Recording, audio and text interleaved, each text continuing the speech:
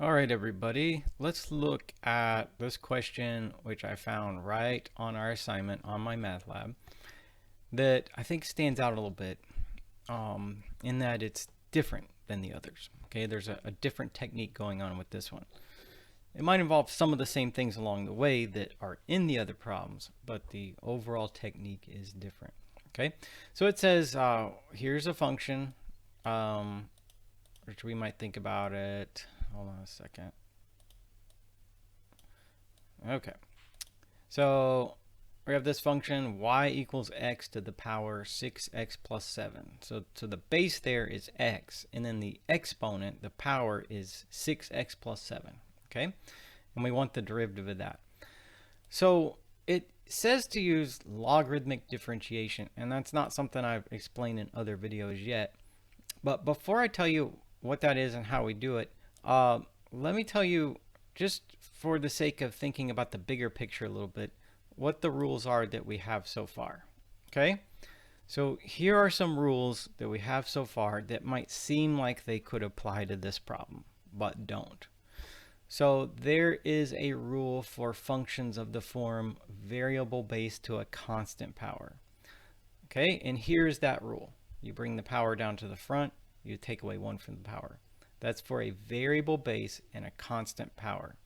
Okay, an example of that, all right, well, the derivative of x to the 5th power. The base there is x, that's a variable, and the power there is 5, that's a constant. So by this rule, its derivative is 5x to the 4th. We also now have a rule, just in this recent lesson, for the derivative of a function that looks like this, a constant base to a variable power. Okay, so that'd be like y equals n to the x power. The base is a constant, a fixed number of some kind, and a variable power. Okay, an example of that might be the derivative with respect to x of 5 to the x power. Okay, according to that rule, the derivative with respect to x of 5 to the x power is 5 to the x power times natural log of 5. That's what this rule right here says. Now, do you see how these look similar? They both involve exponents. You've got something raised to a power. All right, and I would say that's like this one. This one has a base and an exponent, something raised to a power. All right. Both of these rules that we've learned so far have that too. They look similar, just where the constant is and where the variable is switched. Okay, but neither of these rules would apply to this one. Okay, why is that? Why wouldn't it apply to something like this? X to the power 6x plus 7. Because that's a variable base to a variable power. Both the base and the power have x in them somehow. Okay, the fact that the base here is x, the base is a variable. The fact that the power is 6 times x, then plus 7, means the power is also a variable because it has x in it. So neither of these rules apply to it because they're for either a variable base to a constant power or constant base to a variable power. Okay, so if we see a function like that, we use something called logarithmic differentiation. Okay, so yes, an example of variable base to variable, that's like the problem I'm about to show you. That's one scenario where we can use this thing called logarithmic differentiation. Now, I wanted to tell you about these rules is because just from having taught calculus many times before, is I might see somebody solve this problem or try to solve this problem with this rule, or solve this problem with one of these rules, but they're 3 different scenarios with 3 different ways that you solve. Okay, all right, so let's get back to this one. How do you find the derivative of x to the power 6x plus 7? So logarithmic differentiation I can break down into 2 steps. First step is I'm going to take this function that I've started with, and I'm going to apply the natural logarithm, ln, or logarithm base e, to each side. Okay, so I did that in red so that you can see the original function in pencil, and then natural log applied to each side with the red pen. And you can do that because if you have an equation and there's an equal sign there, so it's an equation, you can preserve that equation and keep the equal sign there by doing the same thing to each side. Okay, it's like a balanced scale. If the left-hand side of a scale weighs the same as the right-hand side of a scale and is balanced, and you do the same thing to each side, it will remain balanced. Okay. The reason we do that is it allows us to move this exponent. Okay, so it turns out the thing that's causing the trouble here with our rules not working is that exponent being where it is. But logarithms have some flexibility on dealing with exponents. So when you take algebra, you learn this rule that says the logarithm of base b of something to a power is such that the power can be written in front as a coefficient. So if I have a logarithm of any kind, natural logarithm, a logarithm of any base of something to a power, I can move that power out front. And then it's not a power anymore. It's not an exponent anymore if I move it. So I see, well, this is like that. This is like that p, that power, and I can move that out front of the logarithm as a multiplier. Okay.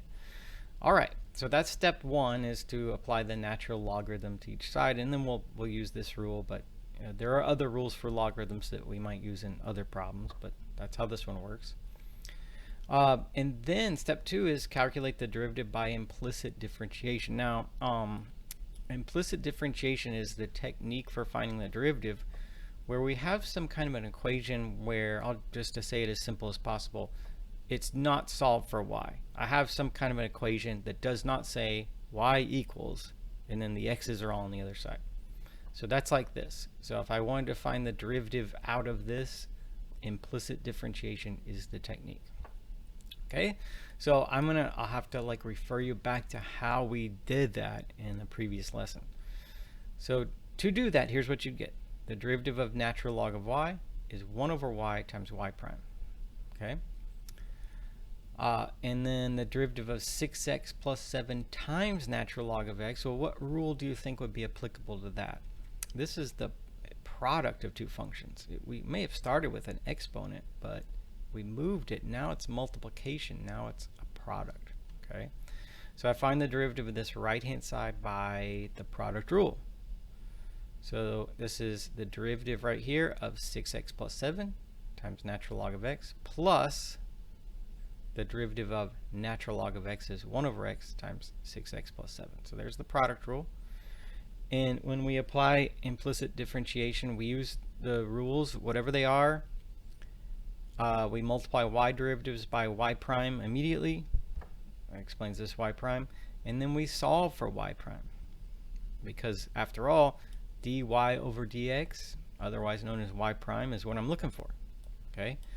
So I'd like to now that I've calculated the derivatives with the rules that are applicable, solve it for y prime. That means, in my case, multiplying both sides by y. If I do that, I isolate y prime on the left. On the right, I get y times this thing that you see on the right-hand side. And then one last thing I'll do. If I'm solving a problem and then I get some kind of an answer, if I know what anything in that answer is, then I'll tell you what it is. I'll include that in my answer. And there is something here that I know what it is. It was given to me from the beginning, and it's y. So in our problem, we're working under the assumption that y equals x times, y equals x to the power 6x plus 7. So I know that like y and that are the same thing as each other. So I can substitute in for y that original given function that I started with. And what advantage would that have? Well, it reduces my answer to just be of one variable. Instead of having an answer in two variables, x and y, I now have it in one variable, just x. And in general, we will do that. Okay? All right. So there's the answer that you see that I entered in my math lab when I solved this problem to start with. Okay, so that's logarithmic differentiation. It applies on, it relies on some things that we've already learned. Like you have to know what's the derivative of natural logarithms. Okay, that's this part, and that's also this part. You'd have to remember implicit differentiation. You have to know some rules from algebra. But once we start dealing with logarithms and calculus, all that will probably come into play to varying degrees for different problems. Okay, rules from algebra, formulas for derivatives, and so on. Okay? All right, so I think that this one problem encompasses a lot of things that you might see in any other problem in the same lesson.